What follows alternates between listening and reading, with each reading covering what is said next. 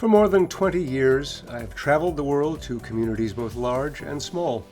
Most have called themselves smart cities, with the latest and greatest technology, smart parking, smart traffic, lighting, and transit. But I wanted more than just smart. I was looking for what made the community a great place to live, to work, to start a family, launch a business, and make room for the next generation.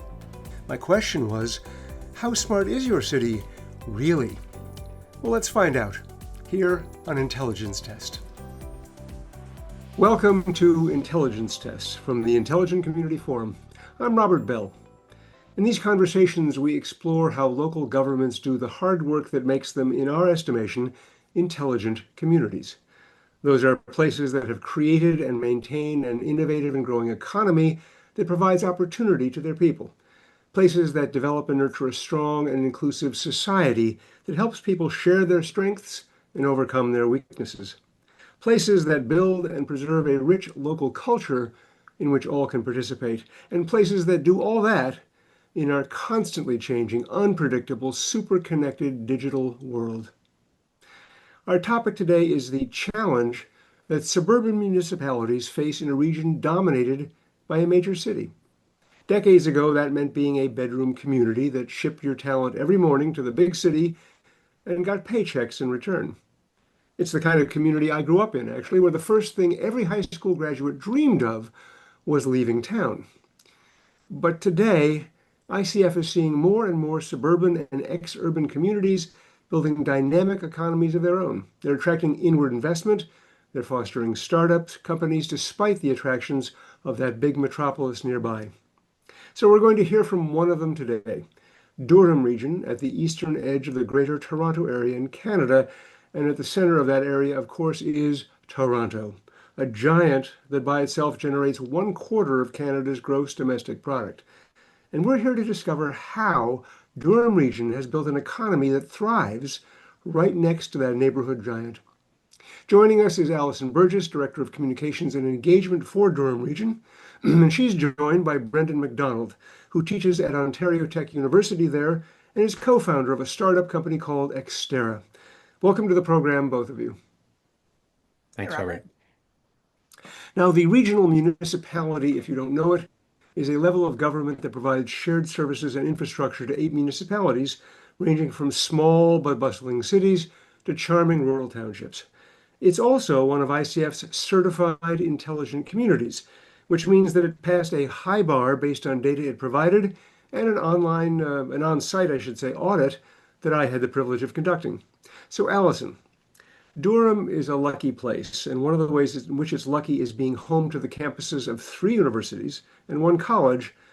But we also know that just having higher education in your town is no guarantee that you hang on to talent after graduation, especially with the bright lights of Toronto on the horizon. So, how are those educators working with you and others at the region to make it a great place to start their careers? Hi, Robert. Yeah, thanks. We are so fortunate in Durham Region for our 4 institutions. And so we have Durham College, we have Ontario Tech University that Brendan will talk more about. We have a Trent University Durham campus and Queen's University. And it's most recently, they have a family medicine training program here out of our Lakeridge Health Hospital. And so, as you mentioned, post-secondary education institutions, they attract investment, they're major employers. And so they bring a lot themselves to the economy of Durham Region. But in particular in Durham, our post-secondary education institutions are really working together to help make sure that we're retaining that top talent that they're training here in the community. And so we'll go through a couple of examples of how they're doing that. The one we talk about a lot is at Ontario Tech. They're really aligning academic programs with the regional industry needs. And so the best example is they have the only one in Canada, they have a nuclear engineering program. And here in Durham Region, we have a strong energy sector with nuclear facilities. And so what they're able to do is create these highly skilled employees that then retain work and stay and live in Durham Region. So they're making sure that the programs that we train students in are relevant to our local community. There's a ton of other things that they're doing too by making sure students are embedded in the community. And so Durham College, for example, has a program where they've made a partnership with the local boards of trade and chambers of commerce. And so their business students get automatic membership to all of the boards and chambers across the region. And as part of that, that students are opened up to what local businesses exist here in Durham. They're opened up to networking, and they get to meet what really makes up the local fabric of our local economy. And so they see opportunity there that they may not have been able to see on their own. And then we also have a program called City Studio, and this is one I'm really proud of. It is one where municipal government is trying to engage students in the community. And so we put forward challenges that we're facing as a municipal government to students at the universities and the college, and we ask them to help provide their input. What is a better way to plan transit? What is a better way to manage these big challenges that municipalities are facing and cities are facing all over the world? And in that, then the students become engaged in their community. And so these are just a few of the examples, but I think the numbers are something like 23,000 students every year participate in what we call experiential learning. So whether that's through the co-op or internship or one of these sort of programs I've talked about, 23,000 students that learn about our community, learn about all of what it has to offer, and then they kind of see what has made Durham Region a really fast-growing community. So we have a real great mix of life. There is, I say, you can go for a hike in the forest in the afternoon, and you can go to a concert at night. And sort of once you engage students in that culture, they're staying and they're retaining, and we're keeping that workforce here. So it's becoming less and less of a bedroom community, and it's been great for our local economy. That's really interesting to me because you've described some programs and some of them are relatively simple, like the Chamber of Commerce. I mean, it's a big idea and I'm sure it takes work, but it's, fundamentally a simple idea. Some are complicated. You've got these, deep partnerships. What's interesting to me is the way in which they all connect. Because we see a lot of places that have smart programs, but they haven't thought about the intersections that actually make them powerful. And I think the region has done a good job at that. Thank you. Oh, come on. So thank you doesn't cut it here. So it's hard to make those kind of relationships work, and it's something that I personally know you've done a lot of work on at the region. So can you just give us an example of how you get these people to actually see things the same way and work together as opposed to pulling apart?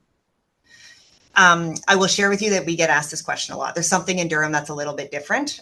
You're working together. What's the secret you figured out? And I wish that I was going to tell you some magic secret that we have figured out that no one else has figured out yet. And truthfully, the answer is there a commitment of leadership in organizations to work together, because working together is hard.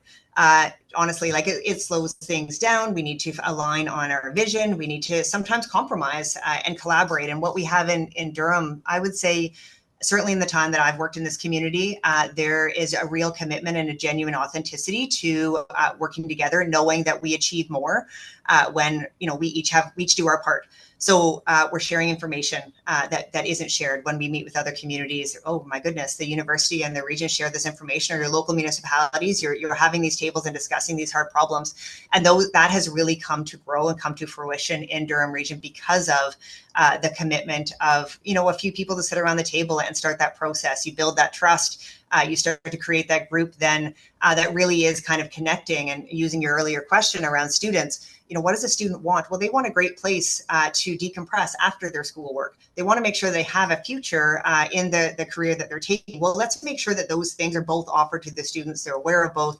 We all win if they're visiting the local business for dinner after school, and they're staying in the community, and then they're going to actually work here, and they understand that they're now contributing to the local economy. And so when we all sort of share what our needs and what our vision is, and we can create that joint vision, I think there really is we're achieving more than the sum is more than the parts kind of thing, and that really comes from shared leadership and shared commitment to collaborating together.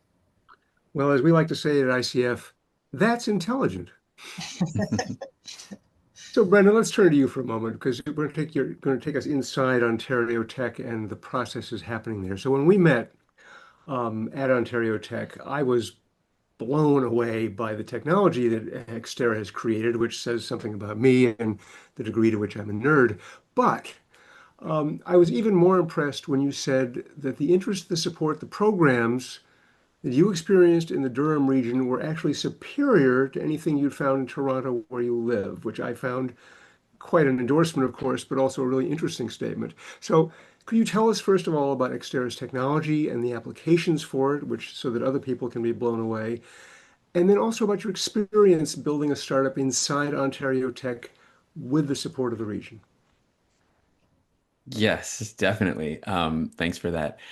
So, okay, so Xterra first, and I'll give you in a nutshell, we've developed a new technology that converts heat into electricity.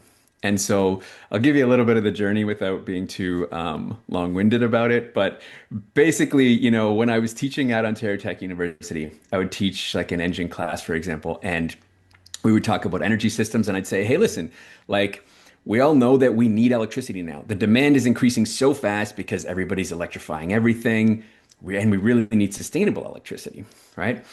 And then I would also say, like, by the way, of the energy we produce now globally, 70% of that energy is lost as waste heat. So there's an enormous potential. There's an opportunity here if we can find a way to use that heat, right? There's just so much possibility for sustainable energy. It's just being discarded right now. And then I would teach them about the engine cycles and say, listen, here's this Stirling engine, 200-year-old technology. And by the way, it's known. Stirling Go ahead. engine, Stirling. I've read about That's right. Yeah, yeah. Stirling. Yep. And you normally teach the cycle first, and you're like, hey, this is the most efficient way to convert heat into power. And so, of course, the students are sitting there and being like, whoa, whoa, whoa. Like, so we have this huge problem, and then we have this huge opportunity with all this heat, and then we have this technology that's supposed to be able to convert that heat into that electricity. Why aren't these things everywhere? And, I asked that question too while I was teaching these students. And so we started as a research project, just kind of unlocking like what was going on with the Stirling engine. And long story short, we really found that it was limited by, 200-year-old sort of legacy engineering tools. And so what we did was to bring it into the 21st century by applying modern tools. So we use, supercomputers for our modeling now. We have advanced 3D printed metals, for example. We have very high precision advanced manufacturing tools. And all these things enabled us to bring the Stirling engine so that it could accomplish its true potential. And now it's actually a Stirling engine. So before it wasn't really operating as a Stirling engine. And so now that it's efficient enough, see, that unlocks so many doors because now it's economically viable and it's practical to be used to convert heat to power. So at that point, we started, instead of publishing, we started patenting our technology. And at that point, I turned and looked and said, at Ontario Tech, we have an incubator on campus called the Brilliant Catalyst. So I incorporated the company, went to the incubator, and it was incredible. Like it was incredible the amount of support and connections we had there. It taught us how to grow a business. And some of the connections I made there, as Allison was saying, like there's something about Durham, like Durham people just kind of stick together. Like they're a very close-knit community. The lawyer I met there is still my lawyer. The accountants I met there are still my accountants. I met some angel investors who I still keep in touch with. It's just an incredible community there. And so we learned so much about growing our business. And then right now we have a partner is a steel mill that's also in the Durham region. They're Gerdau Steel, and we partnered with them for an upcoming pilot project. So where the technology is now is we've pulled it out of the research lab into the commercial space. And now we're looking at this first pilot as like our field trial and saying, okay, they have a ton of waste heat at the steel mill. We convert that into electricity that really proves the engine's working. And from there, we commercialize off the back of the successful pilot. So, okay, I'll stop there because I could keep going forever. So, I could keep going on this as well because 70% of power is wasted. That's, mhm, yeah, okay. yeah, You're gonna have a very successful product, I think, but we'll find out, won't we? I hope so. Yeah, yeah.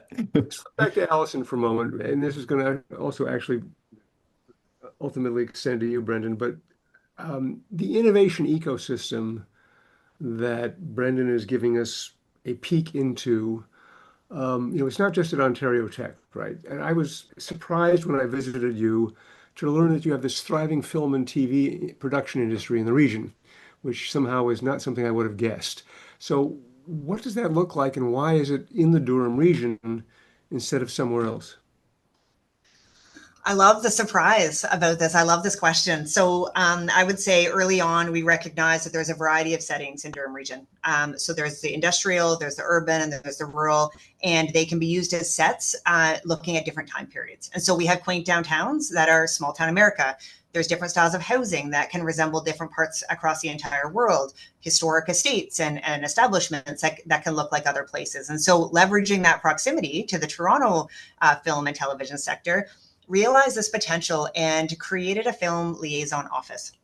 So now what we have with Invest Durham, it's a Durham Region support, that if you are interested in filming and you're looking at a location, you're going to call this film liaison office and they're going to help tell you, okay, you want to film and you're going to have to close down this road. Here's how you get the permit to do that. And you want to film or you want to feed your film crew late at night. Here's a catering company in Durham Region that does that. And they've essentially become this liaison group to help facilitate and de-risk bringing these film companies to Durham Region. And it's been a huge success. I think it's almost 400% increase in business since we create a film and television in the community, since we've created this film liaison office. And so it's a great story. I love to say, I tell people all the time, maybe even if you haven't visited Durham Region, you've probably seen us, because if you've watched Reacher on Amazon or you've watched Schitt's Creek, those are our film and television shows that are filmed here in Durham Region, because we can be that backdrop for so many different storylines. And so the great part, and this kind of goes back to that partnership and that sort of serving as a concierge and connecting people to the right people in the community model that we so we talked about earlier, leveraging that for film and television. And now we're looking at what other sectors there are. So we have quite a good music scene. And so we're looking at leveraging that same partnership kind of model, liaison model, to help ensure the world knows that, this is a great place to come to sort of create your music endeavors and other creative arts. And so more on that to come. Maybe the next podcast we can delve into how far we've made it with music, but that's sort of the secret behind how Durham Region has become a destination for film and television crews. Well, if we do, we'll have to have a demo and have a couple of your musicians on to play for us. But that sounds good. How have you? This is completely off the cuff, but when you bring in film, when you bring in music, when you do these things, you begin to change the culture of the community. You create a sort of in addition to the economic value, you create this other value that may make the place more attractive, maybe bring in different kinds of people. Has your team reflected on that at all? Yeah, absolutely. I mean, Durham Region has changed significantly in the past, I don't know, let's say 100 years. 100 years ago, R.S. McLaughlin, our story is founder of GM, started in Oshawa, and we were really an auto community. We moved into manufacturing. We've expanded into clean energy, which is a lot of our community now, which is why there's such a great partnership with Brendan and his technology. But now as we move more into the creative arts, it's attracting a different type of employer. It's attracting a different type of residents and really creating this diverse and sort of bustling community that maybe didn't exist kind of 20, 25 years ago. We've certainly changed the makeup of what Durham Region is, which has been fun. And it's great. And our residents are along for the ride, which is pretty exciting. That is the real cue. The real thing you're trying to achieve is get your residents to say, what a great idea. I wish I'd thought of it. Now, this kind of innovation ecosystem, again, of which we are getting small insights on a very large thing, it's a really complex network of partnerships, right? And it very rarely just happens. So I'd like to hear from both of you about, tell us what you think the region may have been like, let's say a decade ago, and what, from your perspective, it has taken to move to this level. And Brendan, let's hear from you. I don't know if you were around in this region a decade ago, but I'm sure you've got some perceptions of the past. Yep. I've been at Ontario Tech for over 12 years now. So it's changed quite a bit. Definitely changed quite a bit. I think, and this sort of, I see a different side than Alison. We're both looking at it from different directions, right? Like, what always surprises me about the region is the engagement of, for example, like the Durham region, like municipalities and Durham region itself, right? Because I know there's this Invest Durham, and I interface with the staff and the personnel there all the time, and it seems like everyone has a different role, and so the list is so long of all the things they've helped me with. Like it's been things like publicity, press releases, and looking for locations, looking for partners. I'm sure I'm going to forget a whole bunch, but like Durham and like the downtowns are like coming alive. Like there's more restaurants. Like you can find what you want in Durham. You don't have to go meet people in Toronto anymore. If you want a slick place to go, you can stay in Durham. And Whitby's has a great downtown, which is nearby the campus. Um, and I think there's like startup meetups, for example, which is like helpful for me, where other founders come together and we talk about our problems. Again, that's kind of, and it's very like, because it sort of has this small town vibe to it, like everyone's really helpful and really supportive and really close knit. So the network, it's easy to grow in Durham. And I mean, I've just noticed that like continuously grow. Like there's just more of these things, and you didn't see that maybe 12 years ago, but now you see it all the time. And so that's kind of my perspective. I'm sure Allison has a different take on it, but like from my lens, like that's been really surprising to see that growth. Yeah.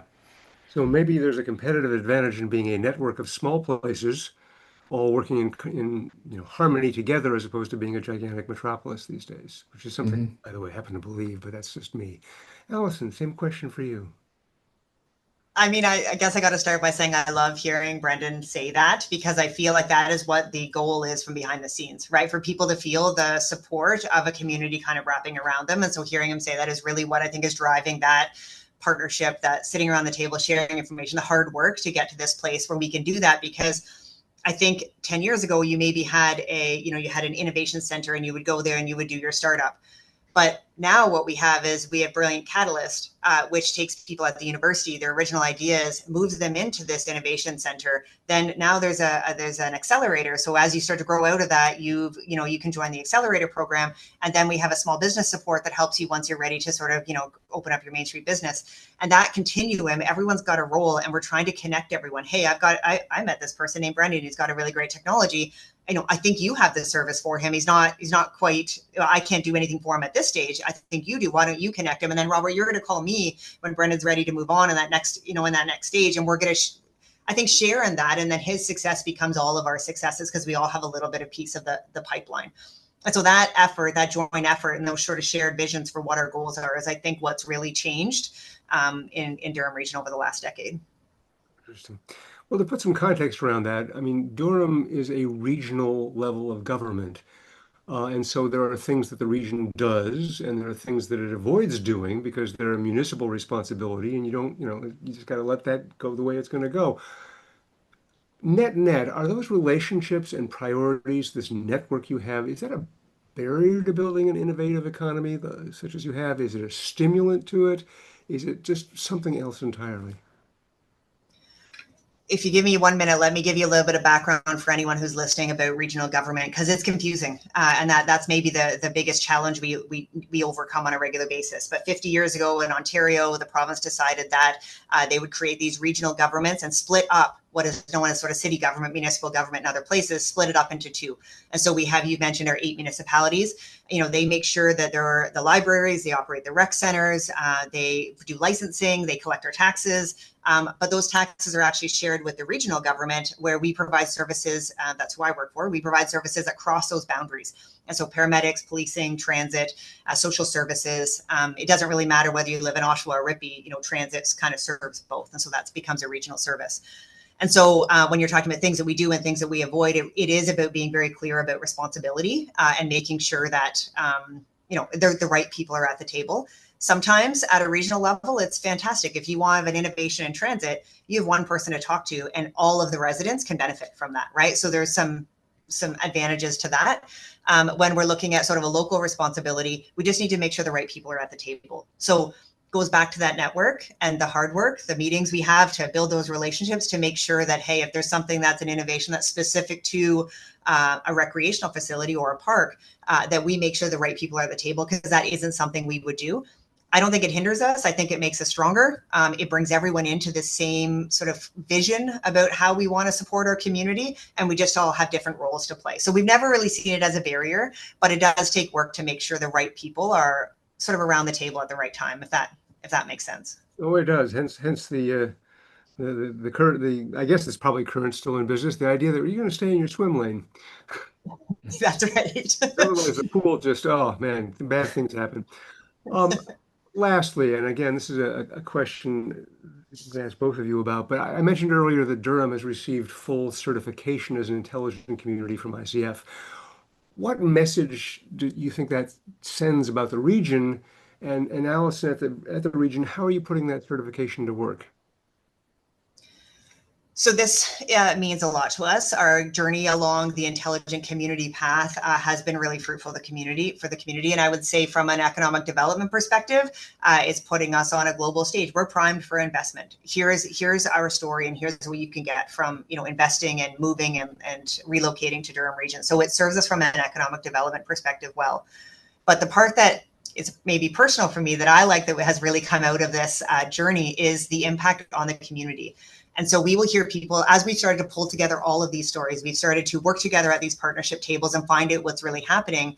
When we tell that story, we'll have residents who live through their entire lives that say, wow, that's cool. That's happening here in Durham Region.